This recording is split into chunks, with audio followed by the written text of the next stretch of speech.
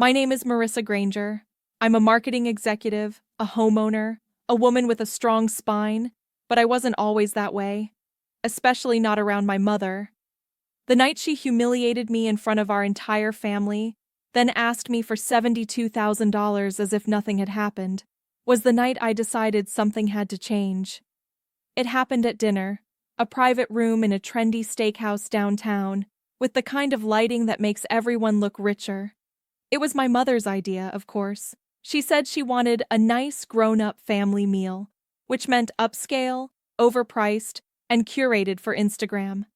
Everyone was there: my two younger brothers, their wives, my cousin Nicole, Aunt Deidre, and Mom's new husband, Greg. She was 2 years into her second marriage and still calling him her forever. I'd met Greg 3 times. He always talked like he was pitching something. I'd taken a car straight from a late client meeting. I was still in heels, a blazer, and minimal makeup. I hadn't even had time to fix my hair. The hostess seated me next to my brother Tyler, across from Mom. She looked me up and down and said, "Oh, honey, long day? You look tired?" I gave her a smile. "I came straight from work. Big pitch today." "Still chasing that VP title?" she asked, loud enough for the whole table to hear. "Maybe one day they'll give it to you." Someone chuckled. "I think it was Greg. I let it slide. It wasn't worth it. Not yet." Dinner moved on. Menus were passed around. Mom critiqued the lighting for making her salad look radioactive. Greg ordered wine like he owned the vineyard. My brothers argued over who had the worst boss. I tried to stay quiet. I knew how this went. If I spoke too little, I was aloof. Too much, and I was trying to prove something. But of course, it didn't matter. By the time the entrees arrived, Mom was in full performance mode. "Oh, Nicole," she cooed at my cousin. "You always look so polished. Did you get that top from Bloomingdale's? You've got such a good eye." Nicole smiled and said, "Thanks, Aunt Lily." Then Mom turned back to me. "You used to care about fashion too.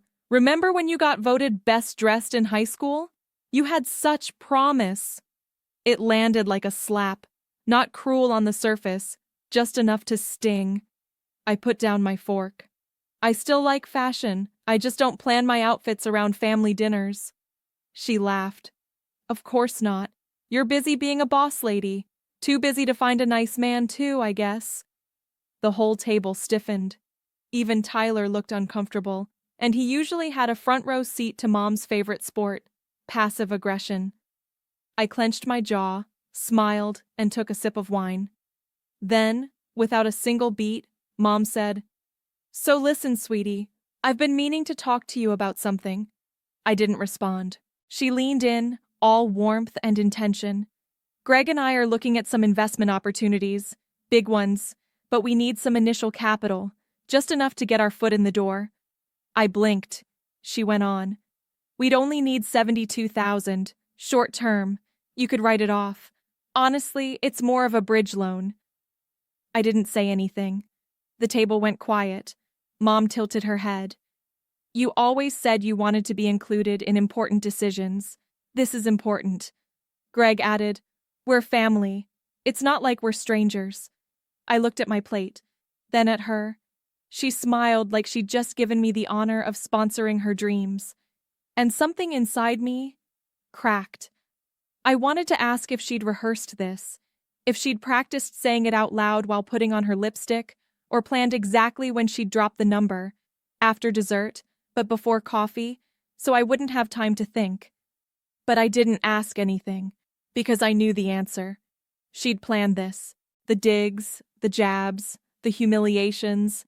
That was all just the warm-up. She needed me to feel small before she made her pitch. It's what she always did. And I was tired of pretending not to notice. Across the table, Nicole shifted in her seat. Tyler stared into his water glass.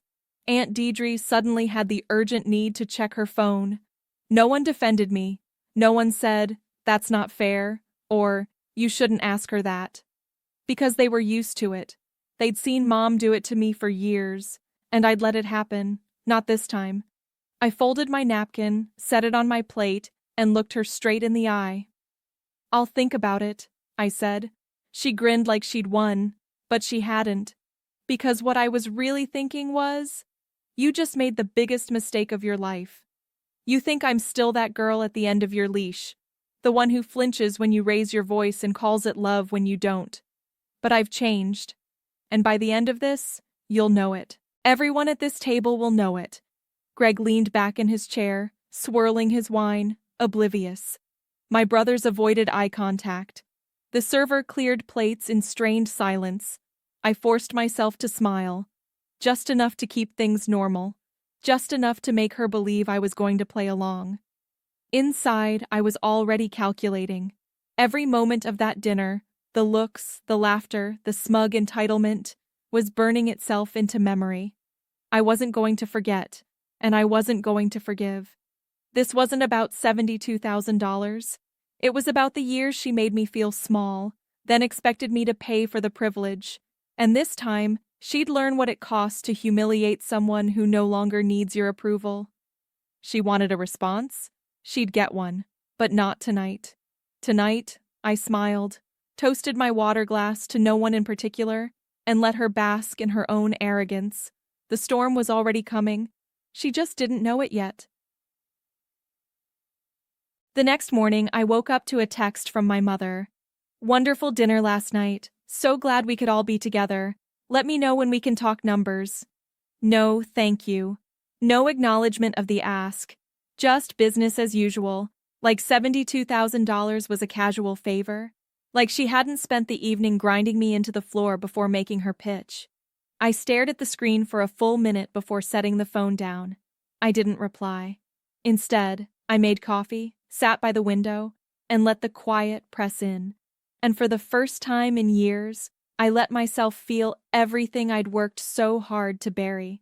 Because this wasn't just about dinner.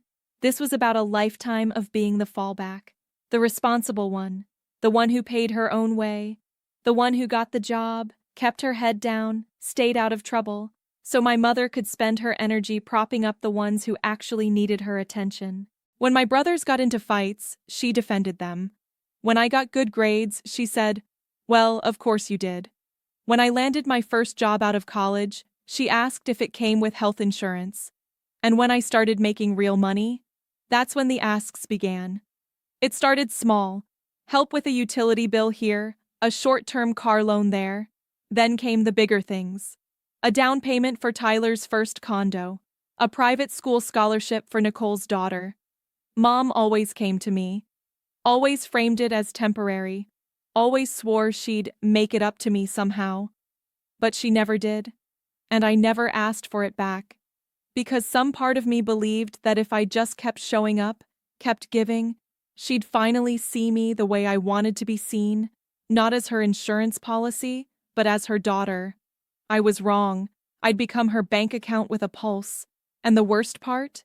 No one, not my brothers, not my aunt, not even Nicole, seemed to see anything wrong with it. They'd all bought into the same story. Marissa's doing fine. Marissa doesn't mind. Marissa can afford it. And sure, I could. What no one knew was that over the past 6 years, I'd quietly built a life most of them couldn't imagine. While my brothers bounced between jobs and startups, I'd launched my own marketing firm. I had clients on 3 continents, a penthouse in the financial district, and a 7-figure portfolio that didn't need my mother's approval to keep growing. But I never led with that. I still wore the same trench coat I'd had for 5 years. I still showed up to dinner with mid-range wine and homemade dessert. I didn't post my vacations. I didn't flash designer labels. Because I wasn't trying to prove anything. I thought I'd already done that. But sitting by the window that morning, watching the sun spill over my hardwood floors, I realized something. I didn't want an apology anymore. I didn't even want respect. I wanted freedom. And this moment, was my door out. For years, I told myself that giving was how I stayed connected. That writing checks was how I earned my place in the family. That if I stopped saying yes, I'd lose them completely. But the truth? I'd never really had them to begin with. At least not in the way I needed. Because if my own mother could insult me, ask me for $72,000, and smile like she was doing me a favor. Then the silence wasn't connection. It was control. And I was done with it. I wasn't going to scream. I wasn't going to make a scene. I was going to answer her in the one language she understood: money. But this time, it wouldn't be hers. It would go to someone who actually saw me, someone who appreciated what real support looked like, someone who deserved a legacy, and I already knew exactly who that person was. Her name was Joy. She worked as a receptionist in my building, older, maybe mid-60s, always in cardigans and pearls. Every time I passed her desk, she'd ask how my day was going. She remembered my dog's name, my favorite tea, the way I took my coffee. A few months ago, we'd had a long conversation in the lobby. She told me her granddaughter, Camille, had just been accepted into an elite STEM program. Full ride, but not enough to cover living expenses. Joy was thinking of picking up weekend shifts at a grocery store to help. I hadn't thought about that conversation until now. Until my mother gave me the perfect opportunity to redirect something ugly into something pure. I pulled out my laptop and opened a blank email. It was time to make some calls, not to my mother, to my lawyer, to my accountant, to the director of that STEM program. It wasn't about revenge. It wasn't even about generosity. It was about sending a message, not just to my family, but to myself. This is who I am. This is what I do with my voice. This is where the money goes. I remembered the way Joy's face lit up when she talked about Camille. Not with pride alone, but awe. Like she couldn't quite believe that this brilliant, determined girl had come from her family. Joy once said, "She's going to do everything I didn't even dream of." There was something sacred in that. A legacy not of inheritance, but of intention. I'd spent years writing checks for people who never said thank you, who treated my generosity like obligation. This felt different. Joy didn't expect anything. She hadn't even asked. And that's what made me want to give it. Not because I owed her, but because it felt like the first time I could write a check and mean it. It was strange how light I felt. No boiling rage, no desire to show them. Just release. Like someone had unlocked a tight band around my chest that I hadn't noticed until it was gone. I spent the next hour drafting an anonymous fund structure. The amount was clear: $72,000 to be distributed over 4 years for Camille's living, mentorship, and travel. I even added a discretionary stipend for Joy, just enough for her to say yes to rest without guilt. When it was done, I closed my laptop and stood by the window. Outside, the world looked exactly the same. But I didn't. For the first time in a long time, I wasn't just surviving my family's dynamic, I was outgrowing it. And the best part? They didn't even know it yet. That evening, I walked to the little bistro on my block and ordered a glass of wine alone. No spreadsheets, no headphones, just me and the quiet. I didn't tell anyone what I'd done. Not my friends, not my co-workers, not even Camille. Because some victories aren't meant to be broadcast. They're meant to be felt. In the bones, in the blood, in the silence between chapters. My mother thought she could insult me, then invoice me. But what she really did was set me free. 2 weeks later, my mother followed up. She called this time. Didn't text. "Hi, sweetheart. Just circling back on that little investment we talked about. Greg and I are ready to move forward. If we could get the funds by next Friday, that would be amazing." Like I was her project manager. I was sitting at my desk, overlooking the city, sipping espresso from a ceramic cup Joy had given me last Christmas. My calendar was stacked with client calls. My team had just closed a 6-figure contract. But sure, let's talk about my mother's little $72,000 ask. I didn't respond right away, just listened to her voice flutter down the line, chipper, performative, eager. When she finished, I said, "I've been thinking about it." A pause, then that practiced sweetness. "And? I'll get back to you." Another pause, longer this time. She was not used to waiting, but this wasn't about her timeline anymore. This was about mine. That same afternoon, I made a reservation at a new restaurant in Midtown. Elegant, quiet, Impossible to get into without knowing someone, which fortunately I did. The message I sent out was simple. Dinner next Saturday, just us. I'll cover the tab. Thought it'd be nice to spend some real time together. I included my mother, my brothers, and Nicole. I didn't invite Greg. She responded within minutes. What a lovely idea. I knew you'd come around. I stared at that message for a full 10 seconds. She thought this was a thank you dinner, a celebration, a prelude to a wire transfer. Perfect. The truth was, I didn't care about the money anymore. What I cared about was clarity. I wanted her to see, not just what she'd done, but what it cost her. I wanted her to hear, in front of the people who always looked away, exactly who I had become. And I wanted to say it with a smile. In the days leading up to the dinner, I didn't write out a speech. I didn't map out a dramatic reveal. But I did take my time choosing what to wear. Not out of vanity, strategy. I picked a soft silk blouse, deep emerald green, and a pair of tailored black pants. Simple, elegant, expensive in the way only people with taste would recognize. The kind of outfit my mother would notice, but not understand. Power worn like perfume. I arrived at the restaurant early, greeted the hostess by name, slipped the manager a tip to ensure our table was the one with the skyline view. Then I sat, ordered a glass of wine, and waited. They arrived in pieces. Nicole first, then Tyler, then my mother with Logan in tow. She kissed my cheek and made a show of fawning over the decor. You always did have good taste, she said. I smiled. I was calm, collected, but underneath it, something steady pulsed. Not nerves, resolve. Dinner unfolded like a well-rehearsed play.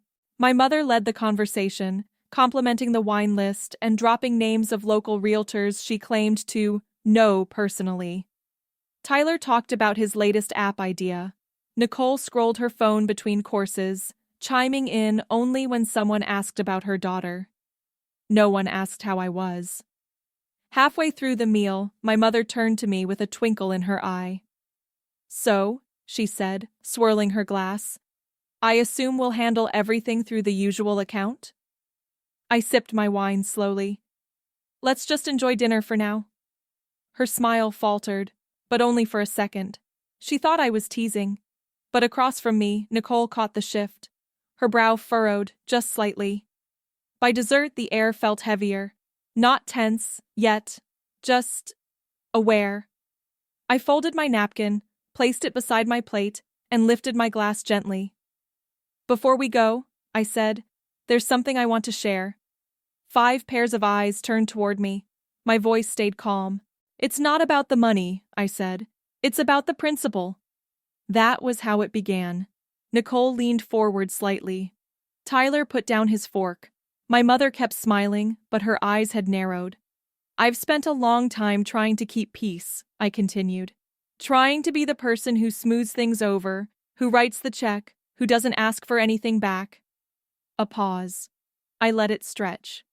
But recently, I've been thinking about legacy, about the stories we tell ourselves, and each other. Across the table, Logan looked confused. Wait, is this about the money? My mother touched his arm. Let her finish. I looked directly at her.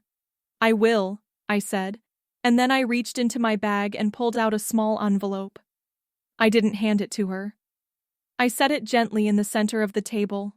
No one reached for it. I made a decision, I said, my voice steady. One I'm proud of. I looked at each of them in turn. And I wanted you all to hear it from me. The room went still. It wasn't fear. It wasn't anger.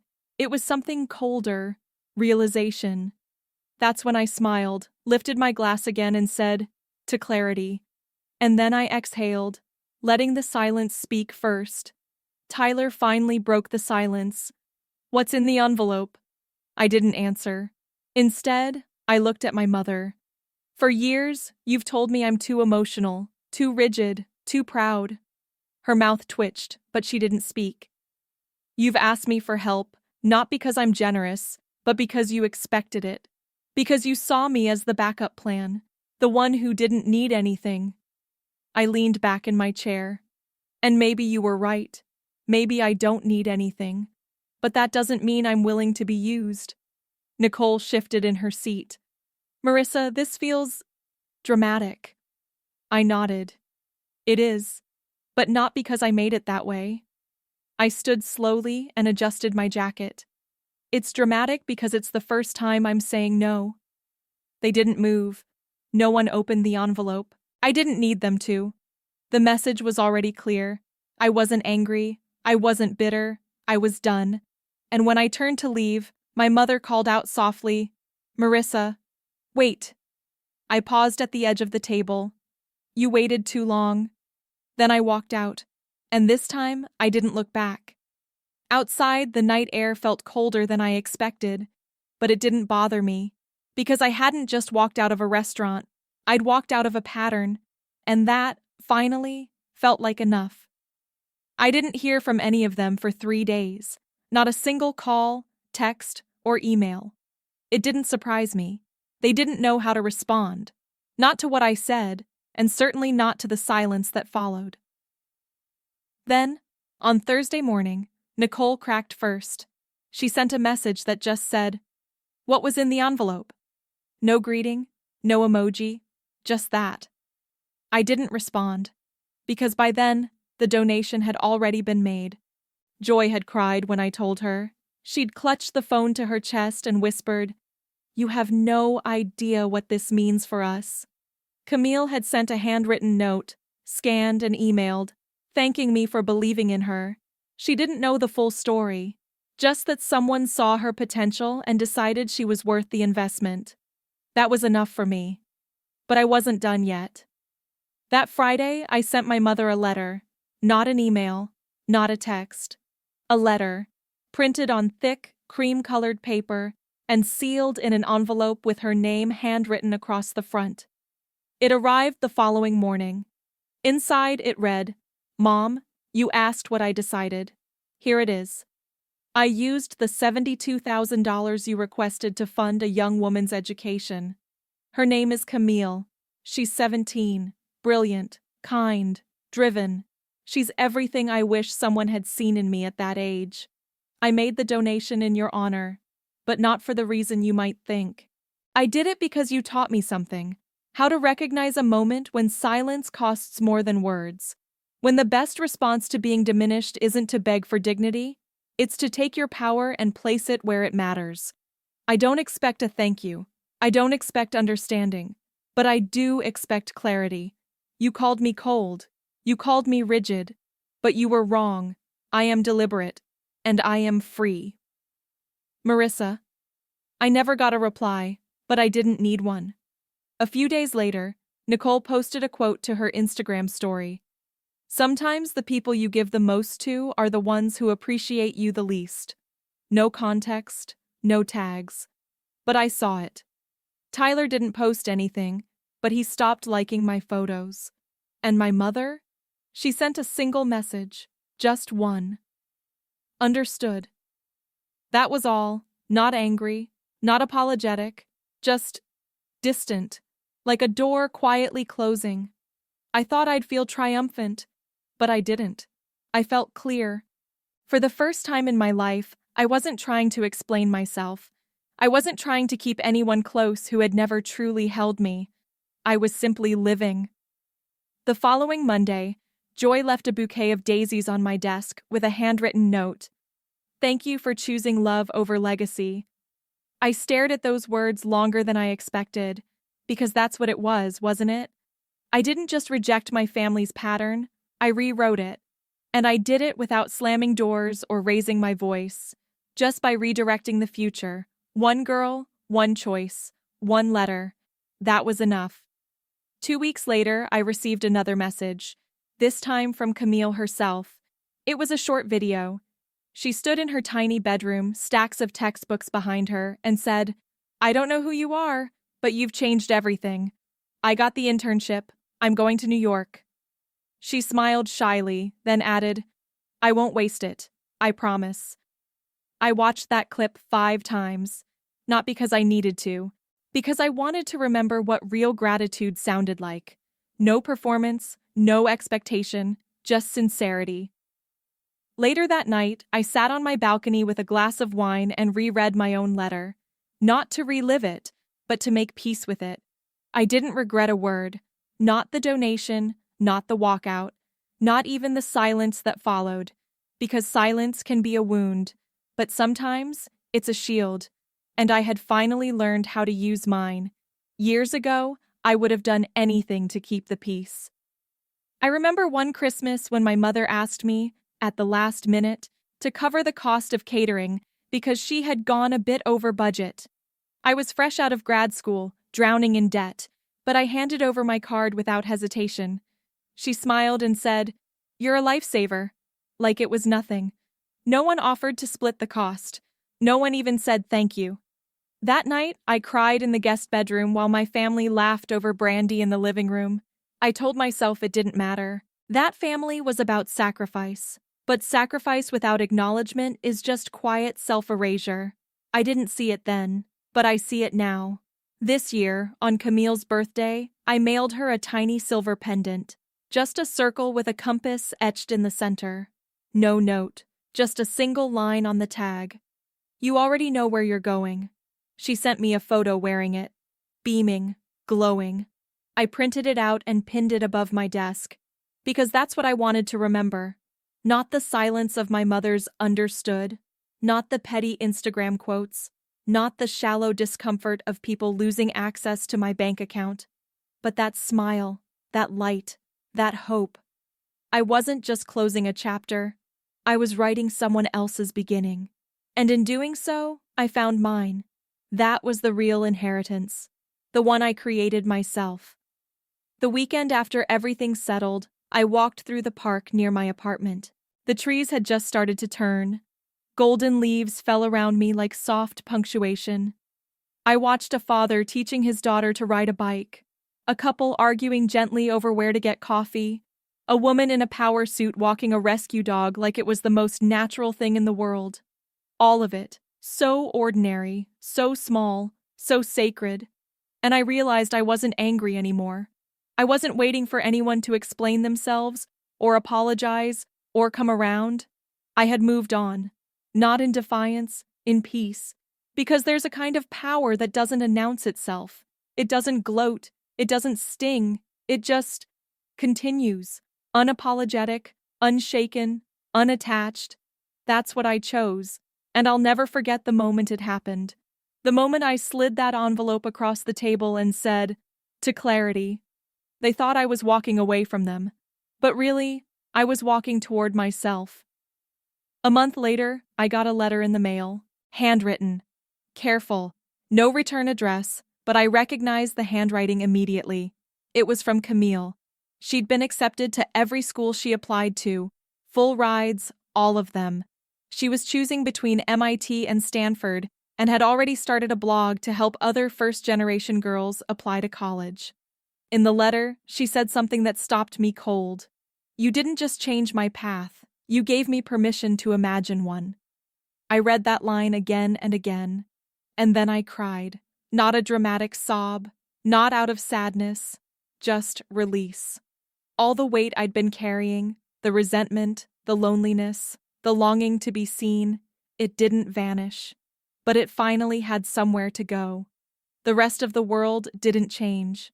Nicole still posted curated snapshots of brunch and family first. Tyler launched a podcast about productivity that barely made it past episode 5. My mother forwarded me a group email about a cousin's engagement with no comment at all. But everything felt quieter. Because I no longer mistook proximity for closeness, or duty for love. My home, once full of second-guessing and silent resentment, had become something else entirely. It had become mine. I hosted a dinner for Joy and Camille to celebrate the internship. Nothing fancy, takeout and good wine, but it felt better than any white linen restaurant I'd been dragged to with my family. Camille talked about her coding project. Joy teased her about getting enough sleep. I sat back, smiling, and realized I hadn't thought about my mother in over an hour. That, in itself, was a milestone. Later that night, after Joy and Camille left, I sat on my balcony again. Same view, same breeze, but everything felt lighter. I opened the last drawer in my desk and pulled out the envelope, the same one I'd slid across the table that night. I hadn't thrown it away, not out of sentimentality, out of memory, because I wanted to remember what it looked like, the exact moment everything shifted. Not with shouting, not with blame, but with choice. I thought about what my mother had said that night, or rather, what she hadn't said. No apology, no accountability, just the expectation that I'd eventually fall back in line. But I hadn't. And I wouldn't. Because clarity isn't just knowing where you stand. It's knowing who you are when no one's clapping. And in that quiet space, I found something stronger than belonging. I found peace. The following week, I mailed Camille a second package. Inside was a slim, leather-bound notebook and a pen I'd used during my first year building the firm. It wasn't expensive, but it carried something more valuable than price. It carried momentum. I included a note, for when the world tries to tell you who you're not. Write back. I didn't hear from her right away, but I didn't need to, because I wasn't doing it to be needed. I was doing it because it was right. And maybe that's what love really is. Not obligation, not sacrifice, but choice. Conscious, deliberate, fierce choice. The kind that turns silence into strength. That night, I fell asleep with the window open, the city humming below me. No missed calls, no apologies pending, just a deep, steady knowing that I had already done the hard part. I had walked away from what hurt me, and toward something better. A few nights later, I saw a tagged photo of Nicole and Tyler at a cousin's wedding. They were all smiles. My mother stood beside them in navy blue, holding a glass of champagne. The caption read, "Family is everything." For a split second, I wondered if I should have been there. But then I looked around, at the walls I'd painted myself, at the quiet I'd chosen, at the future I was no longer afraid to build on my own terms. And I knew I hadn't lost a family. I'd stepped out of a cycle, one of guilt, control, and emotional accounting, and in its place, I'd built something real. Joy. Camille. The quiet strength of knowing exactly who I am. People always say money changes you, but that's not true. Money just reveals what was already there. And what I saw, finally, was worth holding on to. Because I wasn't the daughter who folded under pressure. I wasn't the backup plan. I was the architect of something new. And for the first time in my life, I knew exactly what to call it. Freedom. 6 months later, Camille visited the city. She asked to meet at a little cafe near my office, somewhere I used to sit when I couldn't afford anything but coffee and ambition. She arrived early, wearing a blazer 2 sizes too big and shoes she'd clearly walked miles in. When she saw me, she grinned so hard it nearly broke me. "I got the spot," she said. "Stanford, full ride, and they gave me a mentor in AI ethics." I blinked. "AI ethics?" She nodded. "Yeah, I want to make things that matter, that protect people." I couldn't speak for a moment. I just reached across the table and squeezed her hand. She pulled out a notebook, leather-bound with pages full of notes and dreams, and said, "I'm going to start a scholarship one day. For girls like me." I smiled. "You will." And I meant it. We talked for hours, laughed until we cried, walked down 6th Avenue like we had all the time in the world. When we said goodbye, she hugged me and whispered, "Thank you for seeing me." After she left, I stood on the curb for a long time, watching the city churn, watching people rush and honk and chase, and I didn't feel behind anymore. I didn't feel invisible. I felt exactly where I was meant to be, not as a martyr, not as the black sheep, but as a woman who turned rejection into redirection, not for applause, but because she could. And sometimes, that's enough. That's more than enough.